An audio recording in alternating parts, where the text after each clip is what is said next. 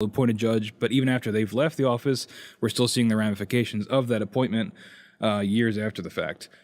One effect we have today are judicial amendments to the Constitution, which with no ready means to overturn them. Of course, short of Congress actually cooperating to add new amendments to the Constitution that the justices would have to consider, of course.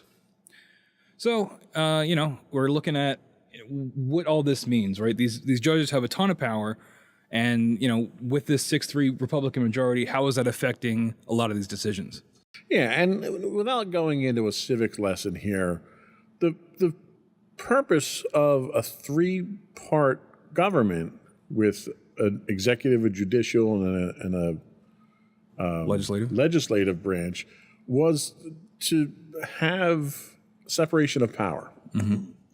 And at no point in time when that form of government was created was the intent to have Congress actually writing laws. So the problem that we run into now is that because Congress can literally interpret what the Constitution says, they can tell you now what those laws are. So even if a law says one thing, the Supreme Court can come in and rule against how it's actually written. And I'll give you an example. One of the things that you hear a lot about in the news is your Second Amendment right to bear arms. Well, one of the things that a lot of people who talk about this subject fail to mention is that in the Constitution, it says the right to bear arms is tied directly to militia. Mm-hmm. And the Supreme Court simply interpreted that as to not be the case anymore.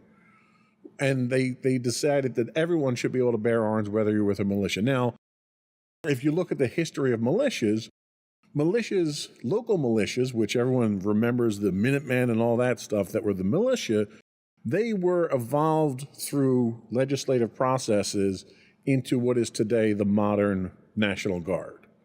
So when we say militia today, that equivalent is National Guard. Now, you can make a case that says only the National Guard, who are citizen soldiers, should have the right to bear arms, and it would make sense. But the court didn't interpret it that way, and the court says everyone should have the ability to bear arms. Right. We're seeing this now, and one of the things that we're seeing now is that the decisions that are being made along partisan lines. And the entire concept of the Supreme Court is that they're supposed to be impartial. They're appointed. They're not elected. Mm-hmm.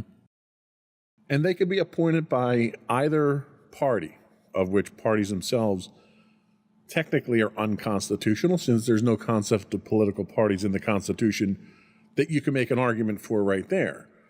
But the problem that we're running into now is you've got people that are on the court that are not necessarily making impartial decisions from what people are saying. What are your thoughts on that?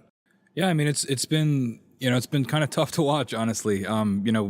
Especially when you think about how you would like things to work we're not necessarily a straight up democracy. We're a republic, or a democratic republic, right? Federal republic. Yeah. But in a certain extent, you would want the will of the people to be reflected by the people that are leading us. And I don't really think that's the case necessarily, especially when we are going to look at a lot of these rulings today. A lot of people don't agree with these rulings, but there really is nothing we can do about it because they're the Supreme Court and they hold all the power when it comes to these things.